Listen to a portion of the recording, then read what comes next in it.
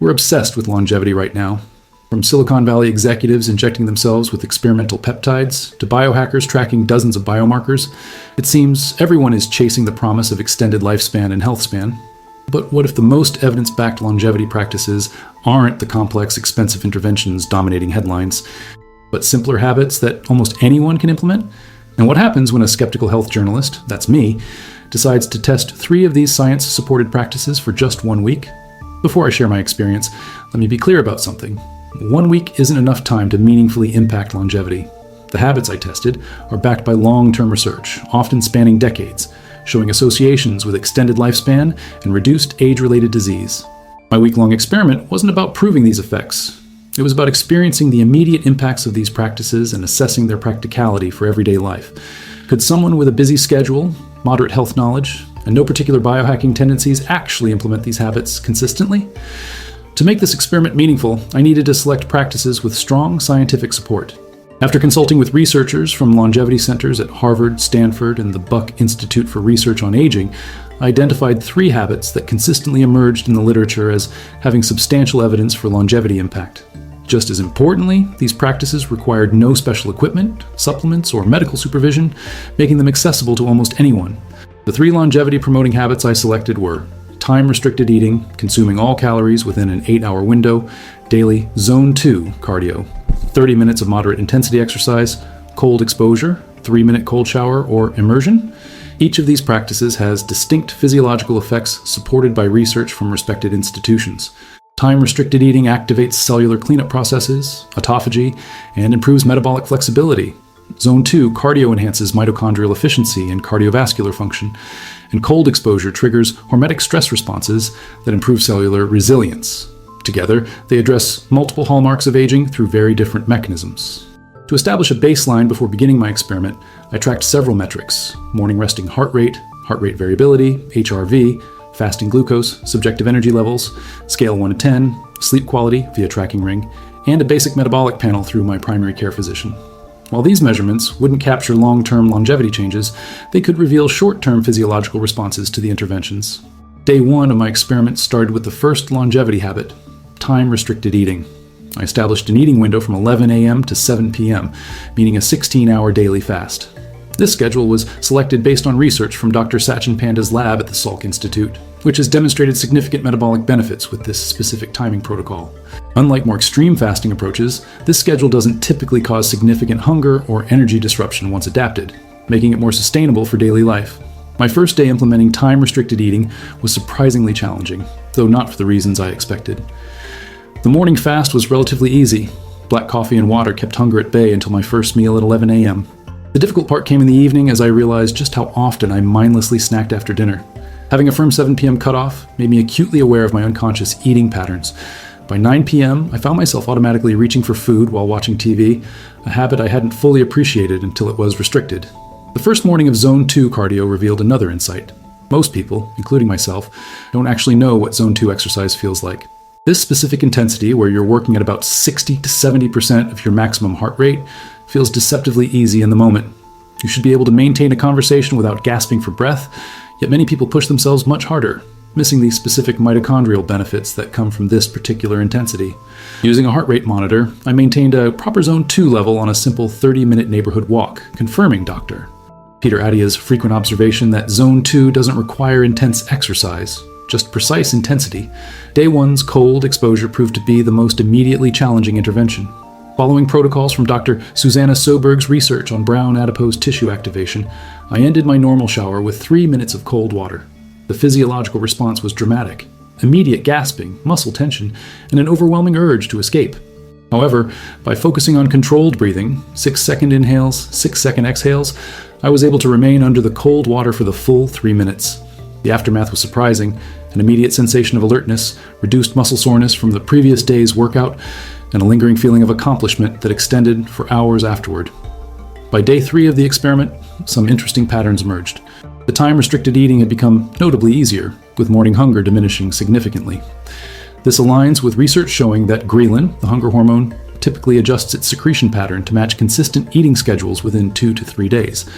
My subjective energy levels were more stable throughout the day, without the mid-afternoon energy dip I'd typically experience. Morning fasting glucose had decreased from 86 mmol/dL to 79 mmol/dL, suggesting improved insulin sensitivity, a well-documented effect of time-restricted eating in longer studies. The Zone 2 cardio sessions began showing measurable impacts as well. My resting heart rate dropped from an average of 62 beats per minute to 58 by day 3, and heart rate recovery, how quickly heart rate returns to baseline after exertion, improved noticeably. These cardiovascular adaptations align with research showing that consistent Zone 2 exercise creates specific adaptations in mitochondrial function and cardiac efficiency that can occur relatively quickly, even before more obvious fitness improvements are apparent. Perhaps most surprising was the adaptation to cold exposure. By day 3, the initial shock of cold water had diminished substantially. While still uncomfortable, I no longer experienced the gasping response and could maintain normal breathing almost immediately. Research from Dr. Wim Hof and others suggests this rapid adaptation represents both psychological acclimation and physiological changes in vagal tone and norepinephrine response, essentially, the nervous system becoming more efficient at handling acute stress. Day 4 brought an unexpected challenge, a work dinner that extended well beyond my 7 p.m. eating cutoff. This created my first decision point about how strictly to adhere to the protocols. After consideration, I extended my eating window to 8:30 p.m. for that single day, then returned to the 7 p.m. cutoff the following day. This compromise reflects an important aspect of habit sustainability, the ability to adapt to real-world circumstances without abandoning the practice entirely. Longevity researchers increasingly emphasize that consistency matters more than perfection when it comes to lifestyle interventions. By day 5, I began noticing more subtle effects from the combined practices. My sleep tracking showed a 14% increase in deep sleep compared to my baseline, along with significantly faster sleep onset, falling asleep in 7 minutes versus my usual 15-20 minutes. This sleep improvement likely represents the combined effects of all 3 interventions. Time-restricted eating has been shown to enhance circadian alignment. Zone 2 exercise improves sleep architecture through temperature regulation and stress hormone modulation. And cold exposure increases deep sleep through effects on core body temperature rhythms. I want to speak directly to you watching this video right now. Have you noticed how many conversations about longevity focus on expensive supplements, cutting-edge medical interventions, or complex protocols? Yet the research consistently shows that simple lifestyle practices, implemented consistently, often show more robust associations with longevity than many hyped interventions. What I found most valuable about this experiment wasn't any single physiological change, but the realization that evidence-based longevity practices can be integrated into normal life without overwhelming disruption. If you're finding value in understanding how accessible longevity practices might fit into your life, consider subscribing to this channel. Unlike typical health content focused on quick fixes or extreme approaches, we explore evidence-based practices with an emphasis on sustainability and real-world application. The comment section below is open for your experiences. Have you tried any of these longevity habits, and if so, what effects did you notice? Your observations might help others connect important dots in their own health journey. As I reached the final days of my week-long experiment, several patterns became increasingly clear. The 3 practices, time-restricted eating, Zone 2 cardio, and cold exposure, were creating compounding effects that seemed greater than any single intervention alone. This observation aligns with research from the longevity field, suggesting that addressing multiple hallmarks of aging simultaneously yields synergistic benefits beyond what would be expected from individual interventions. By day 6, my morning glucose measurements showed consistent improvement, with fasting levels stabilizing around 78 mmol/dL compared to my baseline of 86 mmol/dL. More notably, my glucose variability throughout the day had decreased substantially, with continuous monitoring showing fewer spikes and dips. This stabilization represents improved metabolic flexibility, the ability to efficiently switch between glucose and fat metabolism, which research from Drs. Eric Verdin's lab at the Buck Institute has linked to several longevity markers. The cardiovascular adaptations continued to build as well.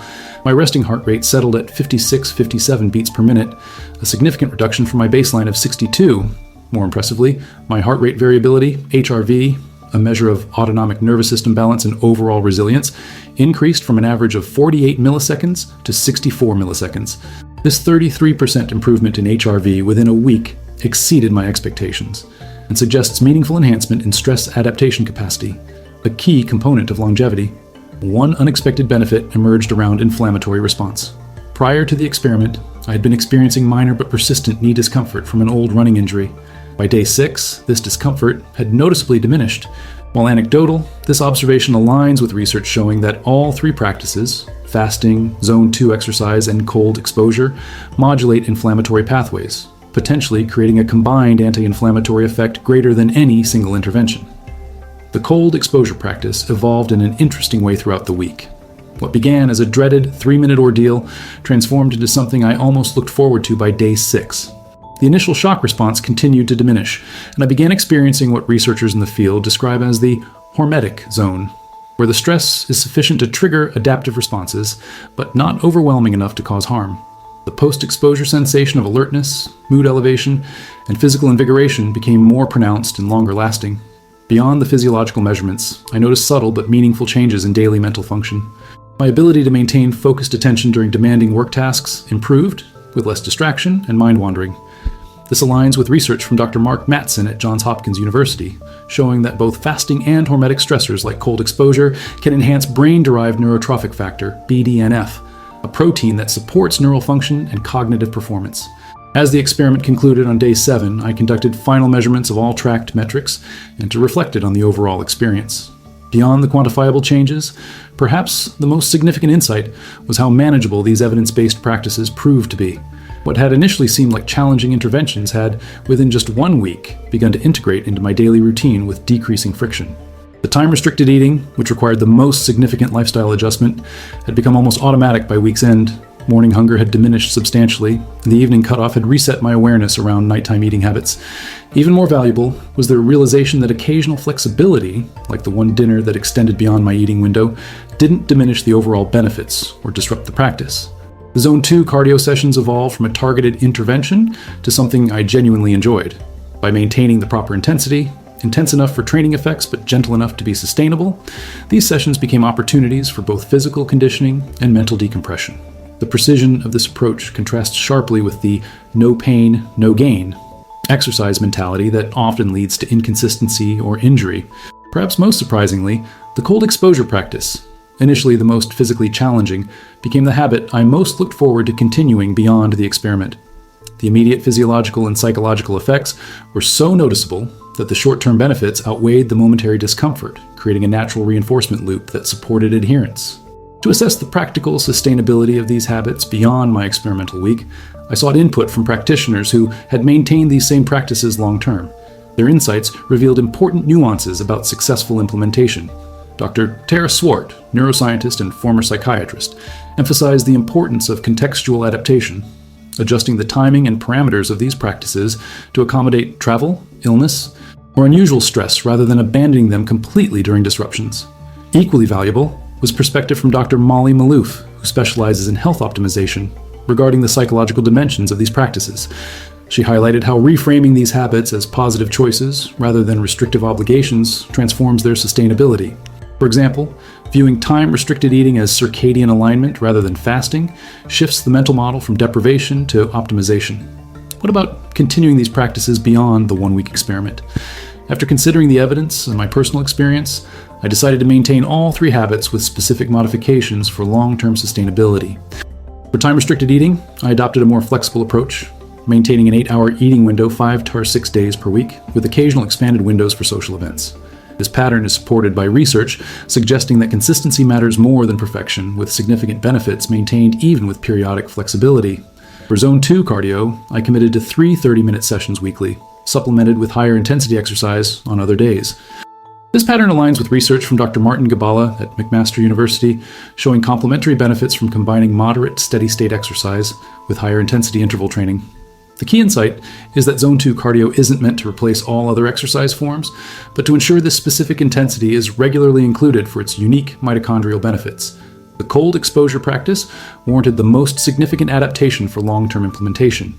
Rather than daily cold showers, I transitioned to a schedule of 3 weekly sessions, sometimes incorporating longer immersions, up to 10 minutes in 55 degrees water, based on research showing increased brown fat activation with longer, less frequent exposures compared to brief daily exposures. This adjustment maintains the hormetic benefits while creating a more sustainable rhythm. Now, 3 months beyond the initial experiment, these practices have remained part of my routine with varying degrees of consistency. The time-restricted eating has proven the most reliable habit, now feeling more natural than my previous eating pattern. The Zone 2 cardio sessions fluctuate with seasonal conditions, but average 2 to 3 times weekly. Cold exposure has evolved to become more intentional and less frequent, typically once or twice weekly, but for longer durations. The sustained physiological effects have been notable. My fasting glucose now consistently averages 75 to 80 mg/dl, down from the mid-80s baseline. My resting heart rate stabilized at 54-56 beats per minute, and HRV improvements have maintained at approximately 25% above my pre-experiment baseline. Beyond these metrics, subjective improvements in energy consistency, sleep quality, and stress resilience have persisted, suggesting that even the modified implementation of these practices continues to provide meaningful benefits. What broader lessons might this experiment offer for others interested in evidence-based longevity practices? First, the power of starting with a defined, limited commitment. 1 week provided enough time to experience tangible effects while remaining psychologically manageable. Second, the importance of selecting practices with both immediate perceptible benefits and long-term health effects, creating natural reinforcement for continued adherence. And third, the value of adapting protocols to individual circumstances rather than pursuing rigid implementation. For those considering similar experiments, several principles might enhance your success. Begin with objective baseline measurements to track meaningful changes. Select practices with strong research support rather than trending interventions. Build in flexibility from the outset, acknowledging that perfect adherence isn't necessary for benefits. And finally, focus on your subjective experience alongside objective metrics. How these practices affect your daily quality of life matters as much as any biomarker. The field of longevity research continues to evolve rapidly, with new insights emerging regularly. Yet the foundational practices, those with the strongest evidence and broadest physiological effects, remain remarkably consistent. Time-restricted eating, Zone 2 cardiovascular exercise, and hormetic stressors like cold exposure represent accessible interventions with disproportionate longevity benefits relative to their complexity and cost. As you consider your own approach to health and longevity, I encourage you to view these practices not as binary choices, perfect implementation versus complete avoidance, but as adaptable tools that can be calibrated to your unique circumstances. The evidence consistently shows that some implementation, even if imperfect, yields significantly greater benefits than none. Perhaps the most valuable insight from longevity research isn't any specific intervention, but the recognition that small, consistent actions compound over time into meaningful biological change. What would your version of these practices look like if adapted to your preferences, schedule, and health circumstances? How might you design a brief experimental period to experience their effects directly? Most importantly, how could these evidence-based habits enhance not just your potential lifespan, but your daily experience of health, energy, and resilience? The answers to these questions might offer more meaningful health transformation than any supplement, device, or cutting-edge intervention currently dominating the longevity conversation.